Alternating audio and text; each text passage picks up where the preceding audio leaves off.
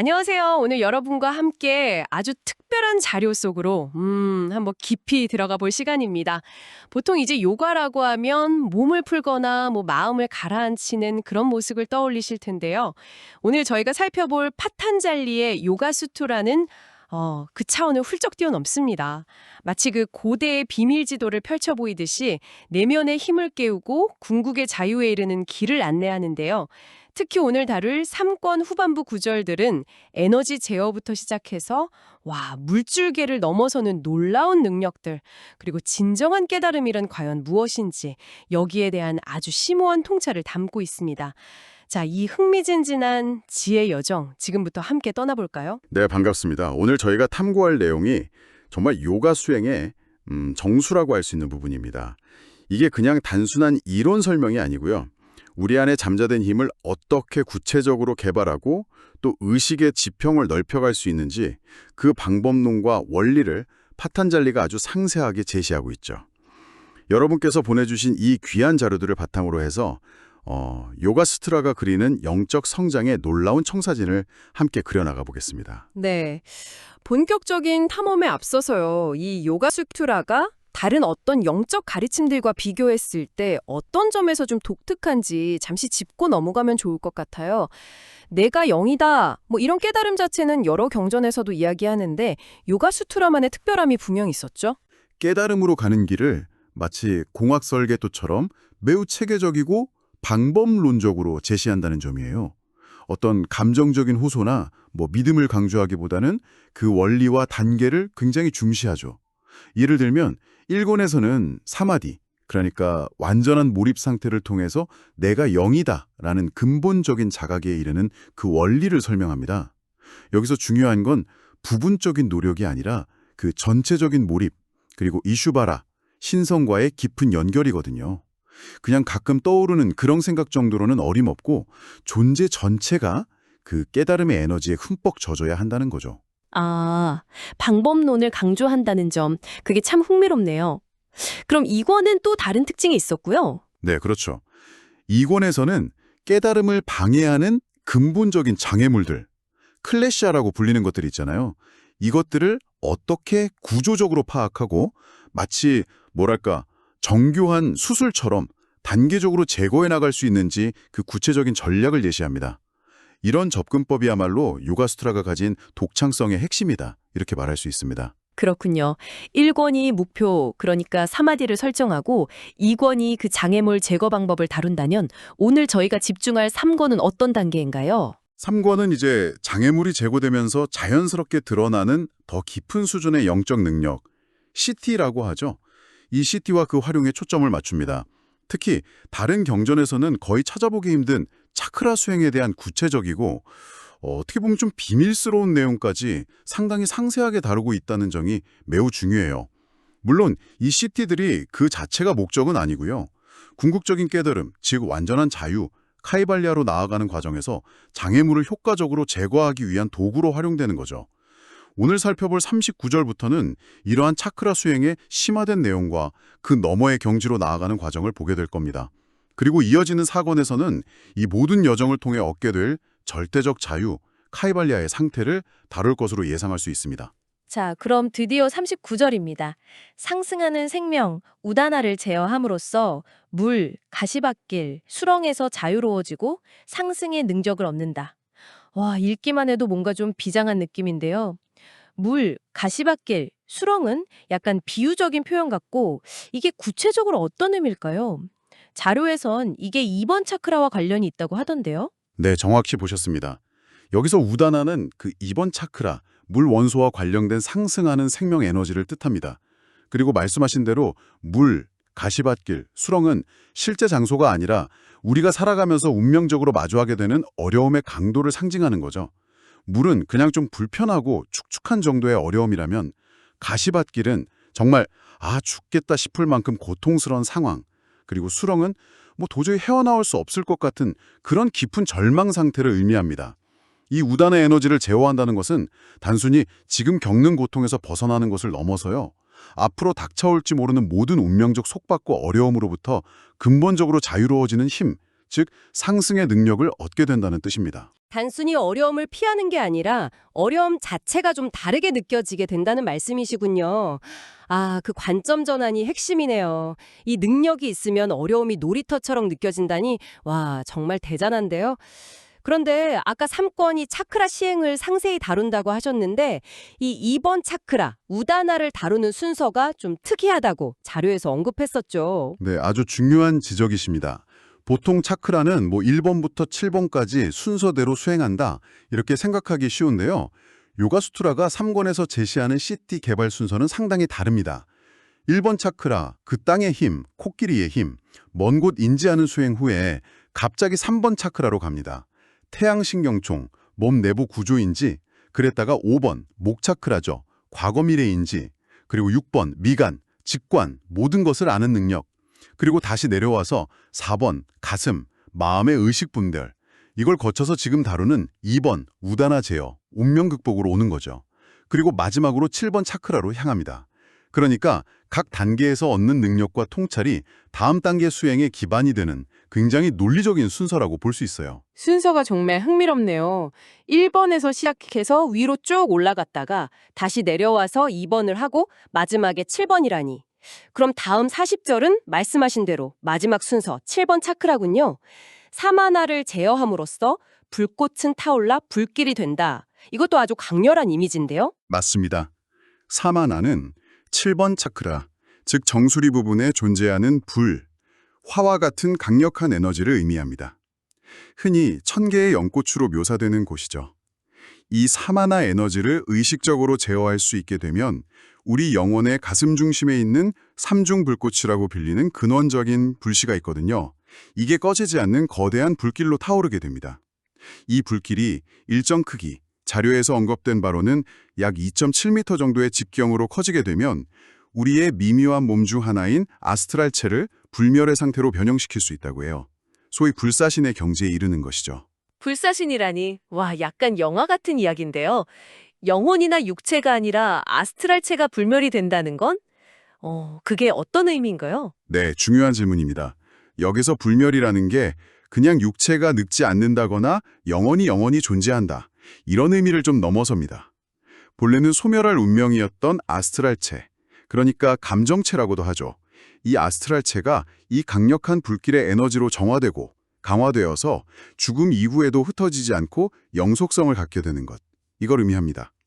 여기서 핵심 원리는 7번 차크라의 사마나 제어가 영혼 내부의 불을 기하급수적으로, 정확히는 세제곱의 관계로 증폭시킨다는 거예요.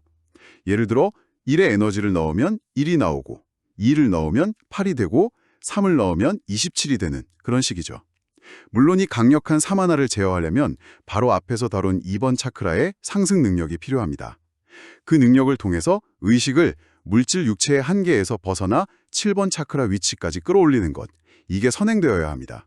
의식이 여전히 낮은 곳에 머물러 있다면 7번 차크라의 에너지를 다루기가 어렵겠죠. 그렇군요. 차크라 에너지를 다루는 것을 넘어서 이제는 더 근본적인 공간, 즉 아카샤로 넘어가는군요. 41절, 아카샤와 소리 사이의 관계에 대해 집중 참선함으로써 영적 청각기관이 개발될 것이다. 공간과 소리의 관계를 생각하는 것만으로 영적인 귀가 열린다니 이건 또 어떤 원리일까요? 여기서 아카샤는 그냥 빈 공간이 아니고요. 모든 존재와 현상이 나타나는 근원적인 바탕. 고대 철학에서 말하는 에테르 원소와 유사한 개념으로 볼 수 있습니다. 아카샤 자체는 형태가 없지만 소리는 이 무형의 아카샤 안에 나타나는 최초의 진동이자 형태이며 또 의지의 표현으로 간주됩니다. 즉, 무형에서 유형이 처음으로 발현되는 순간인 거죠. 이 둘, 그러니까 근원적 공간인 아카샤와 최초의 발현인 소리의 의지 사이의 관계, 그 발생 원리에 깊이 집중하고 참선하면 물질적인 소리가 아닌 미세한 영적 차원의 소리들, 예를 들어 신의 음성이라든지 천사들의 노래 혹은 다른 차원의 존재들이 보내는 신호 같은 것들, 이런 것들을 감지할 수 있는 영적 청각 능력이 개발된다는 겁니다. 아, 단순히 귀가 밝아지는 게 아니라 다른 차원의 소리를 듣게 된다는 거군요. 그렇습니다. 중요한 점은 이 능력이 물질계, 나 아스트랄계가 아니라 더 근원적인 아카샤라는 영적 영역 안에서 개발된다는 사실이에요. 일부 가르침, 예를 들어 장미십자회 같은 곳에서는 이런 영적 감각기관이 죽음 이후 영계에서 완성된다 이렇게 보기도 하는데요. 요가수트라는 살아있는 동안에도 이 아카샤 영역에 의식적으로 도달해서 수행하면 충분히 개발 가능하다 이렇게 말합니다. 그만큼 능동적인 개발을 강조하는 거죠. 그래서 핵심적인 통찰은 아카샤와 소리의 관계를 깊이 이해함으로써 시공간을 넘어서는 정보에 접근할 수 있게 된다는 것입니다. 정말 흥미롭네요. 아카시아가 소리뿐 아니라 다른 감각이나 능력과도 관련이 있을 것 같은데요. 42절이 바로 그 이야기군요. 육체와 아카시아 사이에 존재하는 관계에 대해 집정 참선함으로써 물질 밖으로 상승하고 공간을 열행할 수 있는 능력을 얻는다. 와, 이건 마치 유체 이탈이나 순간이동 같은 그런 능력처럼 들리는데요. 네, 원리적으로 유사한 측면이 있습니다. 아카샤의 또 다른 중요한 속성은 모든 것을 연결하는 매개체 역할이에요. 헤르메스 악에서도 아카샤 원리의 핵심 특징 중 하나로 연결성을 꼽거든요. 우리의 육체 역시 독립적으로 존재하는 게 아니라 이 거대한 아카시아라는 바탕 안에 하나의 점처럼 존재한다는 사실, 이것을 깊이 인식하고 참선하는 겁니다. 그렇게 되면 물질 육체와 다른 차원, 예를 들어 멘탈계나 영계 사이의 경계가 점차 희미해지면서 의식이 육체의 한계를 넘어섭니다. 마치 아카샤라는 길을 따라 미끄러지듯 자유롭게 이동하는 능력을 얻게 된다는 거죠. 아카시아를 통해 의식이 이동한다. 그렇게 되면 어떤 이점이 있을까요? 이 능력을 통해서 물질계의 물리적 제약을 넘어서 다른 공간을 탐험하거나 아니면 신과 같은 높은 차원의 존재들과 직접적으로 그리고 매우 명료하게 접촉할 수 있게 됩니다. 육체나 혼, 그러니까 아스트랄체라는 필터를 거치지 않기 때문에 정보의 왜곡 없이 순수한 소통이 가능해지는 거죠. 자료에서도 흥미로운 언급이 있었죠. 시대에 따라 신적인 존재의 현현 위치가 인간에게 더 가까워졌다는 이야기요. 고대 조로아스터 시대에는 태양까지 가야 만날 수 있었던 것이 크리시나 시대에는 우주 공간으로, 그리고 그리스도 시대 이후로는 지구 대기권이나 아스트랄계까지 내려왔다는 겁니다. 그래서 현대에는 과거보다 신성과의 접촉이 용이해진 면이 있긴 하지만 여전히 이 아카샤 원리를 통해 영계로 직접 상승하여 만나는 것이 가장 순수하고 본질적인 소통 방식이라는 점, 이건 변함없습니다. 그래서 핵심은 아카샤를 통해 물질적, 감정적 제약을 넘어선 직접적인 영적 교류가 가능해진다는 것입니다. 아카샤를 통해 공간을 넘나드는 능력까지 이야기했는데 43절은 와, 깨달음 그 자체를 정의하는 것 같아서 정말 심오하게 들립니다. 빛을 은퇴하는 베일이 제거될 때 사고 원리의 변형에서 자유로운 탄력화 상태가 이루어진다. 이것이 깨달음이다. 특히 사고 원리의 변형에서 자유롭다는 표현이 굉장히 인상적인데요. 보통 깨달음이라고 하면 생각이 없는 상태를 떠올리기 쉬운데 이건 좀 다른 뉘앙스 같아요. 이게 정확히 어떤 차이일까요? 이 부분은 특히 좀 추상적인 개념이라 잠시 더 깊이 들어가 보겠습니다. 요가수트라의 관점에서 보면 육체와 혼, 아스트랄체를 넘어선 순수한 영, 아트만조차도 끊임없이 사고, 생각 활동을 통해 자신의 현실을 창조하고 경험합니다. 영계에서도 영은 생각을 하고 그 생각은 곧 형태와 현실을 만들어내죠. 여기서 말하는 사고 원리의 변형이란 바로 이 영의 근본적인 창조 활동, 즉 생각하고 형태를 만들어내는 과정 그 자체를 의미합니다. 진정한 깨달음, 일루미네이션이라고 하죠. 이 깨달음이란 이 끊임없는 생각의 흐름, 즉 사고 활동 자체로부터 자유로워지는 것입니다. 생각 자체로부터 자유로워진다는 건, 생각을 멈춘다는 뜻인가요? 멈춘다기보다는 내가 생각하는 자이지 생각 그 자체가 아님을 완전하게 깨닫는 상태에 가깝습니다. 비유를 들자면 영은 빛, 형상유형과 어둠, 공간 무형을 물감을 사용해서 우주라는 캔버스의 그림을 그리는 화가와 같아요. 깨달음은 이 화가가 잠시붓, 즉 사고 활동을 내려놓고 아, 내가 바로 이 그림을 그리고 있는 화가로구나 하고 화가 자신, 즉 참나, 순수 의식을 자각하는 순간과 같습니다. 영은 여전히 생각이라는 붓을 사용할 수 있지만 더 이상 그 붓이나 그림에 완전히 몰입되거나 동일시되지 않고 그것을 사용하는 주체임을 명확히 아는 것이죠. 이 상태는 육체적 감각이나 감정과는 전혀 다른 차원의 말로 표현하기 어려운 깊은 신성함과 자유로움을 동반한다고 합니다. 육체에 머무는 동안 완전한 정지는 어렵지만 이 명상을 통해 잠시나마 그 순수 의식 상태를 경험할 수 있다는 거죠. 결국 핵심 통찰은 깨달음이란 생각의 노예가 아니라 생각의 주인이 되는 것, 즉 순수한 관찰자로서의 참나라 자각하는 것입니다. 와, 정말 깊은 경지네요. 화가 비유를 들으니까 조금 더 감이 잡히는 것 같습니다. 그럼 다음 44절은 이 깨달음의 상태를 더 깊게 만드는 그런 단계일까요? 모든 원소가 취하는 5가지 형상에 집중 참선함으로써 모든 원소에 대한 지배력이 생긴다.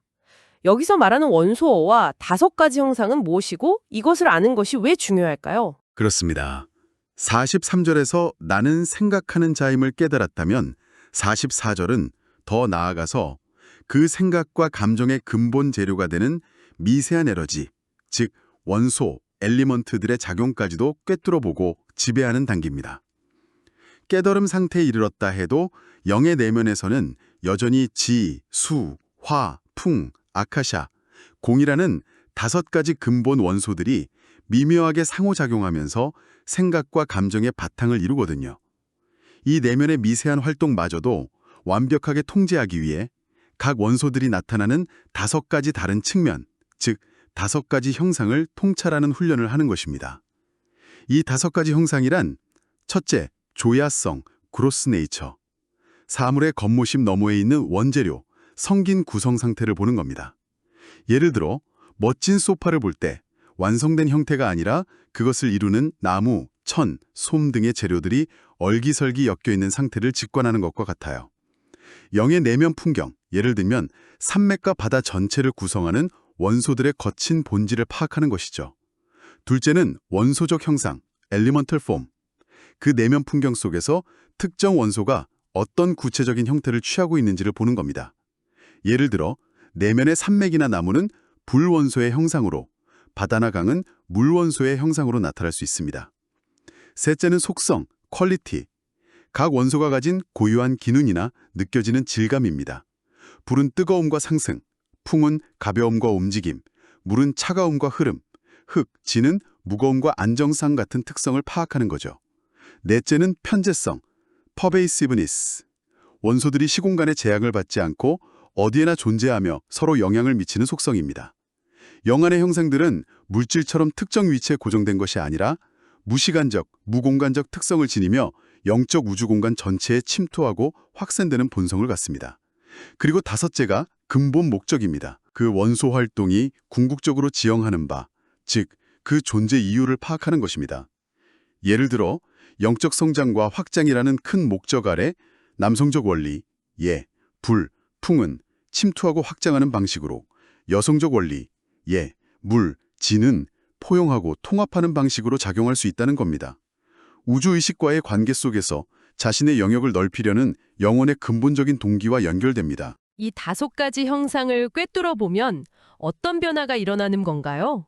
단순히 분석하는 것 이상일 텐데요. 네, 단순한 지적 이해를 넘어섭니다.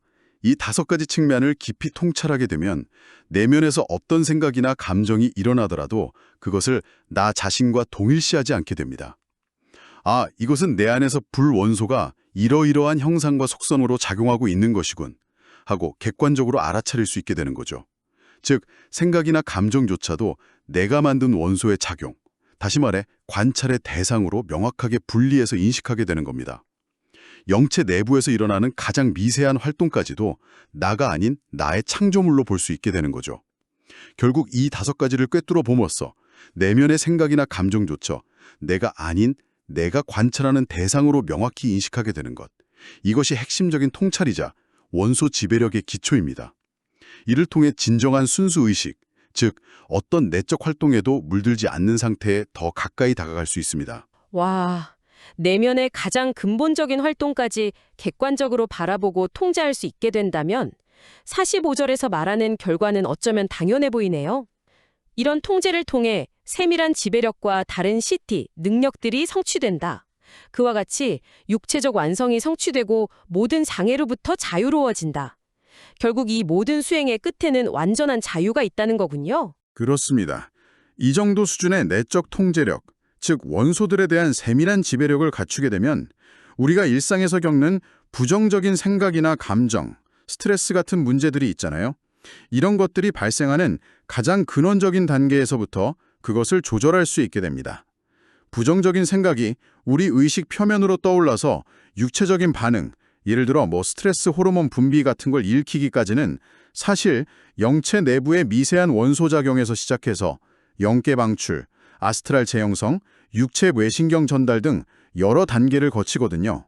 그런데 이 근원 단계, 즉 영체 내부의 원소작용 단계에서부터 균형을 잡고 조절하니 문제가 아스트랄체나 육체 차원까지 내려와 우리를 괴롭히기 전에 해소되는 것이죠.